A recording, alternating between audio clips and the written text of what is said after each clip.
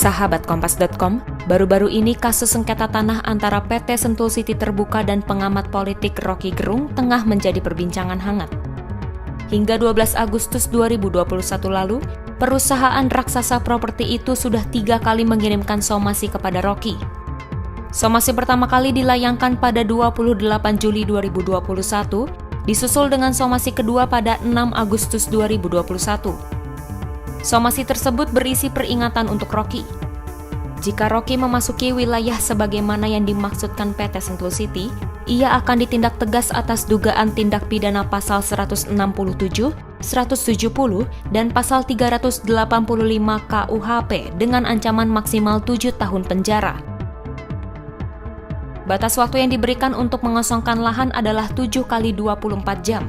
Jika melewati batas waktu, perusahaan akan meminta Satpol PP untuk merobohkan dan menertibkan bangunan tersebut.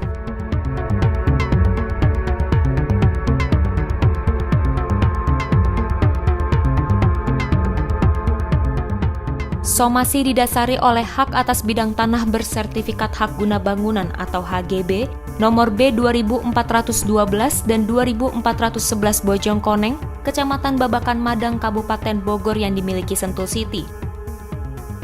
PT Sentul City Terbuka mengaku memperoleh tanah tersebut dengan pelepasan hak guna usaha atau HGU milik PT PN 11 Pasir Maung seluas 1.100 hektar. Tahun 1994, HGU tersebut beralih menjadi HGB nomor 2 Bojongkoneng yang berlaku hingga tahun 2013.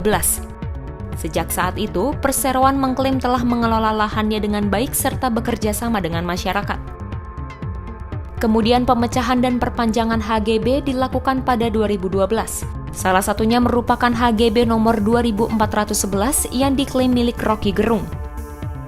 Head of Corporate Communication PT Sentul City Terbuka David Rizar Nugroho pun menegaskan bahwa HGB yang diperoleh perseroan telah melalui perizinan sebagai dasar hukum. Dasar hukum tersebut yakni izin prinsip dari Bupati Kepala Daerah tingkat 2 Kabupaten Bogor dan surat keputusan atau SK dari Gubernur Kepala Daerah tingkat 1 Provinsi Jawa Barat tentang persetujuan izin lokasi dan pembebasan tanah. Menurut David, dengan legalitas tersebut, maka PT Sentul City Terbuka adalah pemilik sah dari bidang tanah yang diklaim Rocky.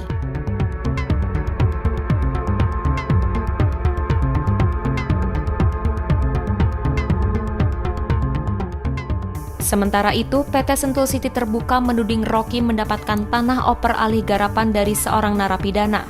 Narapidana yang dimaksud adalah Andi Junaidi yang terlibat kasus jual beli tanah perseroan dan pemalsuan surat. Hal ini sebagaimana diungkapkan Direktur Sentul City Iwan Budi Harsana dengan mengutip laman keterbukaan Bursa Efek Indonesia.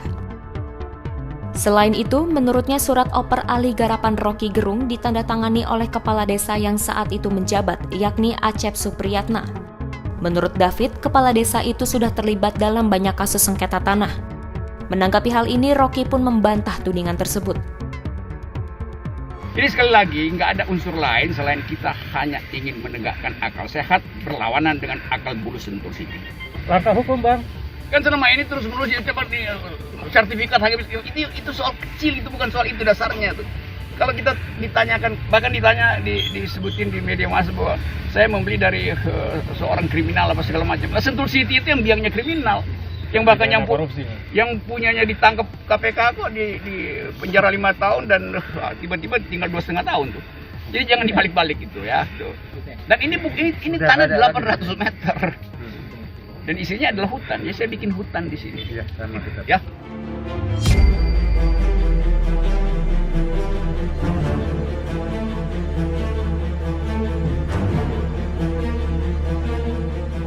Kuasa hukum Rocky Gerung, Haris Azhar, membenarkan kliennya mendapatkan surat somasi dari Sentul City.